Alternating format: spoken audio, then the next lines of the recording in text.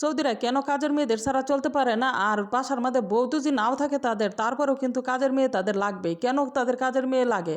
কাজের মেয়েদের ছাড়া তারা চলতে পারে না, বউ ছাড়া চলতে পারলেও। এই যে দেখো, যে ফুল কথাগুলো তোমরা যদি শুনো তাহলে অবাক হয়ে যাবে। অনেকে ভাইবা থাকো যে বাসা বাড়ির শুধু এই কাজকর্ম কিংবা এই যে ঘর-দর এইগুলা হান্ডি পাতিল কিংবা রান্না বান্না করার জন্যই মনে হয় যে সম্ভবত কাজের মেয়েদের আইনা থাকে। আসলেও যদি তোমরা ফুল কথাগুলো শোনো, কথাগুলো শুনলে তোমরা অবাক হয়ে যাবা। কারণ আমার কাছে মনে হইলো যে এই সৌদি আরবেই সবচেয়ে থেকে মনে করো যে ওই বেটানগুলোও অনেক অসহায়, এবং কি মনে করো কি বলবো যে বাচ্চাগুলোও অনেক অসহায়। কেননা আর বেটানগুলোর আমি কি বলবো, বলার মতন কোনো ই নাই কা, কারণ তারা মনে করো যে টাকা হইলেই বউ ভাইতেছে। আর বেটানগুলো মনে করো যে আরেক কানো গেরা বিয়ে শাদি বসলে যে সেইখানে মনে করো যে ওই সরকার থেকে মনে করো যে তাদেরকে 5,000 টাকা করে ভাতা দিতে আছে।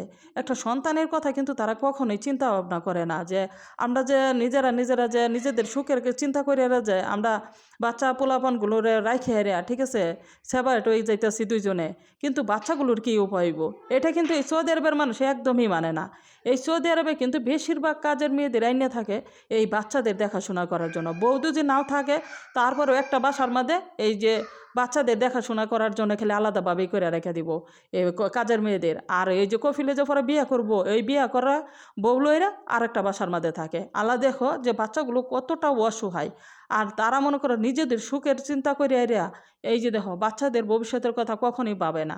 আর এরা বাচ্চাদের কি মনে করো যে মহব্বত করব, আমাদের বাঙালি মায়েদের মতন কখনই তারাও হইতে পারবো না। তারা যদি মনে করো যে 2-4টা পোলাপান দুই জন্ম দেয়া থাকে না, একটা পোলাপানটা মনে করো যে বুকের দুধটা পর্যন্ত ঠিক মতন খাওয়ায় না, ঠিক মতন কি কোনো সময় খাওয়াই না।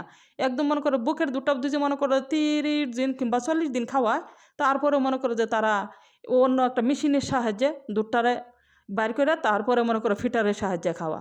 আর তাদের কি মায়া মমতাটা থাকতো আমাদের বাঙালি মায়েদের মতন, আমি মনে করি না সারা বিশ্বের মধ্যে এরকম মা আছে। আর বাবারা তো মনে করো যে যতটুকু পারে সবটুকু দিয়ে হইলেও একটা সন্তানের মনে করো যে বিয়ে শাদি করলেও দেখে গেছে যে বাচ্চাগুলো ওরে কি আর বলবো, আসলেও সব কেনই একই সমান আমার কাছে লাগে যে আসলেও বাচ্চা পোলাপান থাকলে এগুলার রাইখে আসলে বিয়ে শাদি করাটা ঠিক না। আর এই সৌদি আরবে কিন্তু মনে করো যে সরকার থেকে বাচ্চাদের ভাতা দিয়ে থাকে, সেই টাকা দিয়ে কিন্তু তাদেরকে মনে করো যে কাজের লোক রেখে দিতে পারে। তার কারণেও দেখা গেছে যে এই সৌদি আরবের মানুষ এত পরিমাণে বাচ্চা নিয়ে থাকে। বাচ্চা তো তারা নেস ভালো কথা, এই যে আমার কফিলের 21টা পোলাপান, এখন মনে করো যে 7টা বউয়ের কিন্তু 21টা পোলাপান, এলিগে একটার না। একটার না থাকলেও মনে করো যে এই যে বেটা যে 7টা বিয়ে করছে, 7টা কি বেটার বিয়ে করার দরকার আছে? 7টা বউ দিয়ে কি করে? আমার কথা হইছে একটার ভিতরে যদি সব কিছু থাকে তাহলে 7টা বউ দিয়ে তোরা কি করস?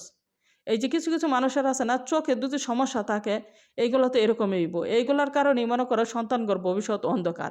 এই যে আমার এই বাসাটা আমাদের 6টা পোলাপান, যে বেটিটারে যে জায়গা থেকে বিয়ে করে আনছে অনেক গরিব, কিন্তু আমার কফিলের অনেক টাকা পয়সা অর্থ সম্পদ আছে।